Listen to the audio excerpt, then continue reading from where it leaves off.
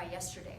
Okay, so we have, I want to ask if you can all come to the front. Indigenous Direction, Larissa Fast Horse, Leilani Chan, Consortium of Asian American Theater Artists, Ana Theater Nuevo, Ariana Cook. Okay. So we're going to hear a little bit from these folks. I'll pass the microphone around. Yeah, we'll do that in a moment. And we open up the space. I think we open up the space. I don't know. We really want to hear from you and open up the space to hear from community members about how this issue has directly impacted you. Some of you were there last night, so. Yeah, I walked out first. So Anna, Cole, and I arrived late at Theater People, and step forward, sorry, thank you. Oh, Little Central. Okay,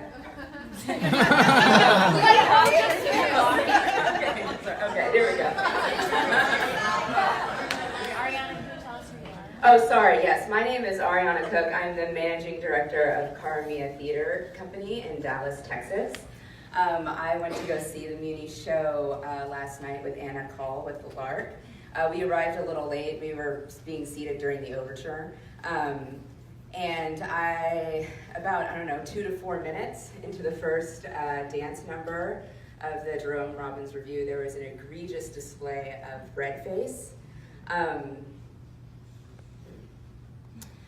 As much as I would like to describe it to you, I don't feel that that's a safe thing to do. So I'm gonna not do that.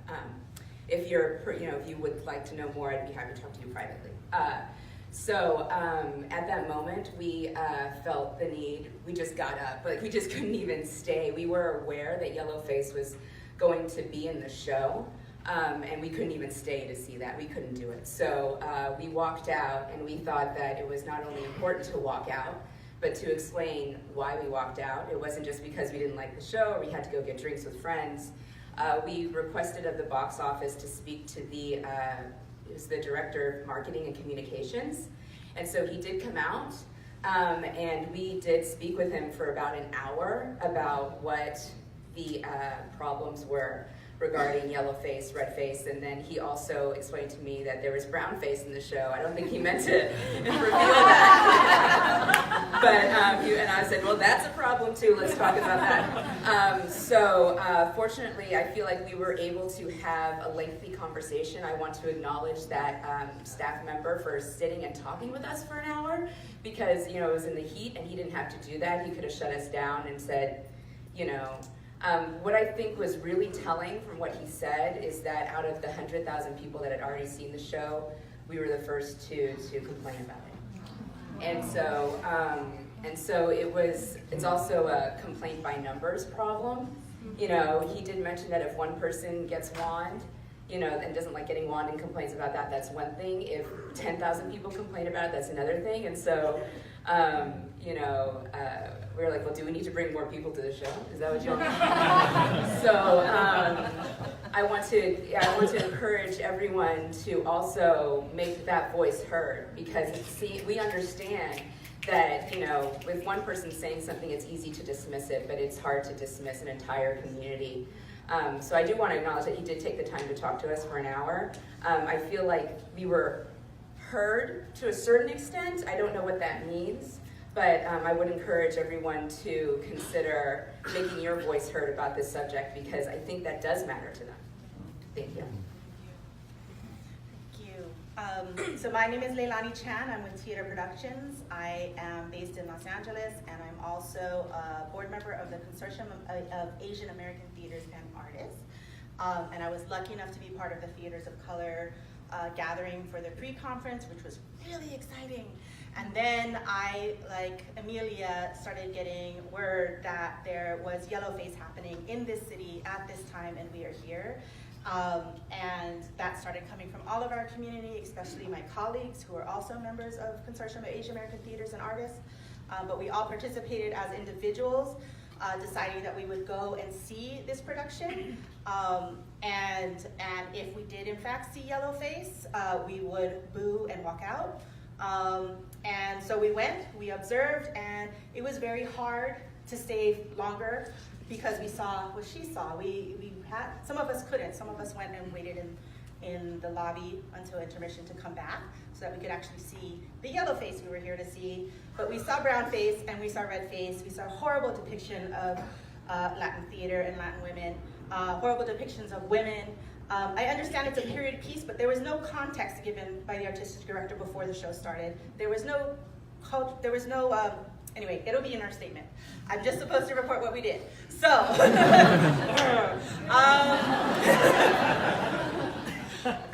so we waited, and then when we were certain, we first of all were in disbelief for most of it, that portion of the second act. We were like, what is going on?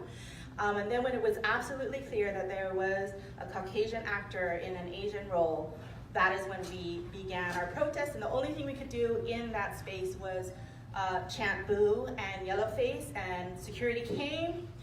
When we saw security, we started getting escorted out. We walked out peacefully through the halls, still chanting, and it could be heard in the theater.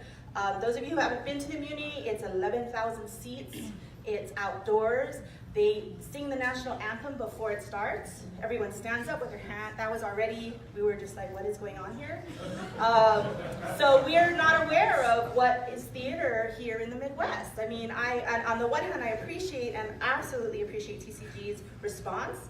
I am glad to have witnessed this. I need to know from California that this is how theater is seen in the Midwest. And not just here. Okay, not all of Midwest. 11,000 people saw it last night, though. And I'm not generalizing. I just need to know how that 2% is living in the world, because I don't get to experience that often. I have that privilege. I'm just naming my privilege. Anyway, I could go on. Leilani, may I say something? Go ahead. I think that what Leilani is saying is that when you're a person of color and you move to a different space and there are a number of people who are not standing up for you and the community does not stand up for you, and you see that no one is responding, that reflects badly on your community, right? And if it doesn't represent you, we need you to rise and say that. We need you to say that.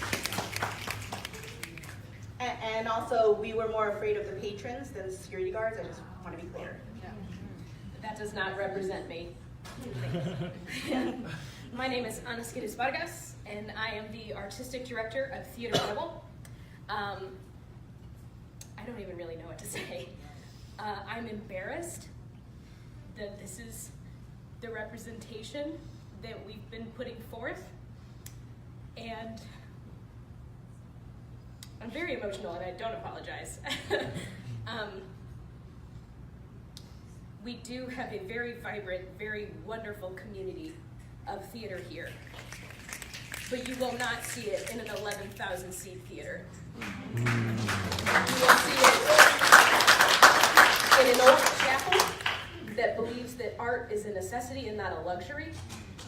We use that space for free all the time with Theater Rebel. You will see it in an art gallery. You will see it in prisons. You will see it right now at a university. You can come see Luchadora at 6 p.m. tonight. Just kidding. And you will see it, if you come to the plenary at 3 o'clock, you will see some representations of some wonderful, wonderful performers and a great representation of POC here in St. Louis. Thank you guys for coming to what everyone considers flyover country. We need you. And we need people like you to be here and to speak up with us and to stand with us. Thank you.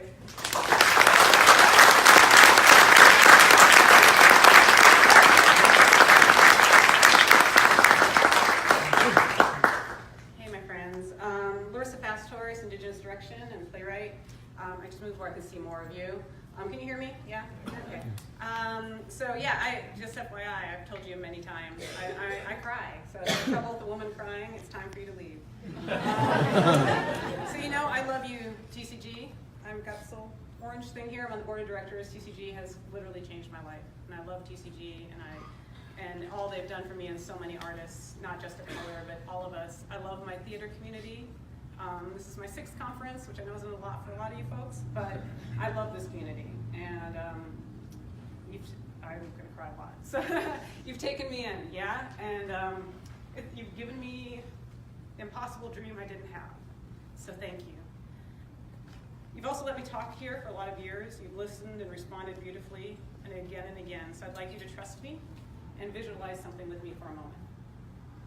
I'm from the Great Plains, who have the most commonly represented headdresses in popular culture, the native headdress.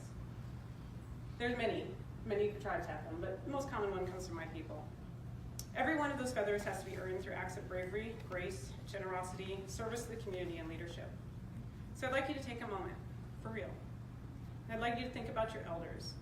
Think about maybe your grandmother, your grandfather, an auntie, an uncle, a parent, an older sibling. Think of an elder in your life and think of the most important thing they did.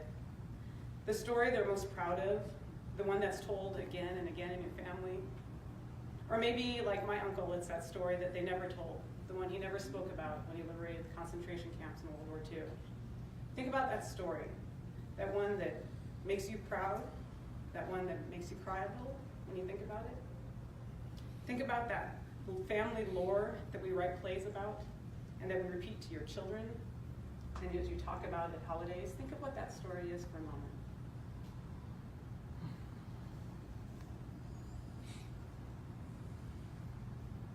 Now in your mind, I'd like you to visualize that story. Turn it into a feather, any kind of feather.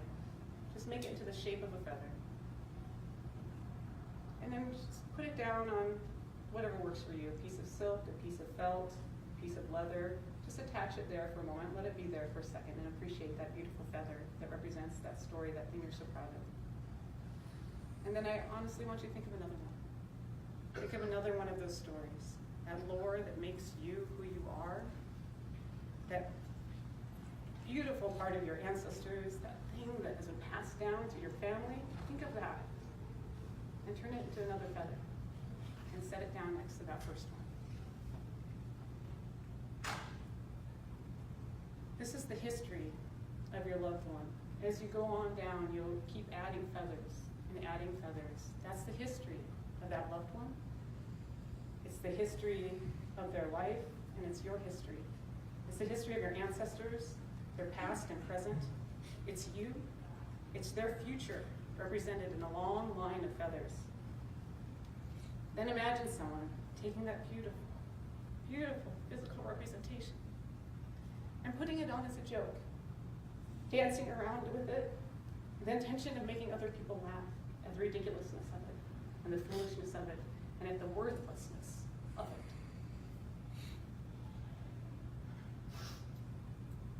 Imagine 11,000 people being asked to laugh at those feathers and what they represent. To laugh at your family, at your loved one, at everything that they accomplished in their lives, at the things they're most proud of, those things that made you you.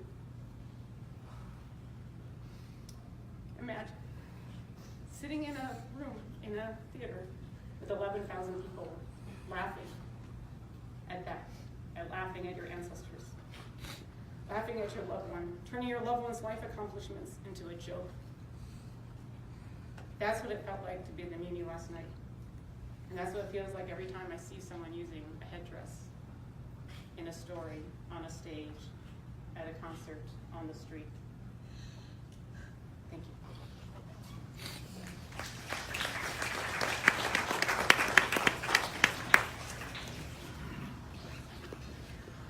Can we get the lights, please?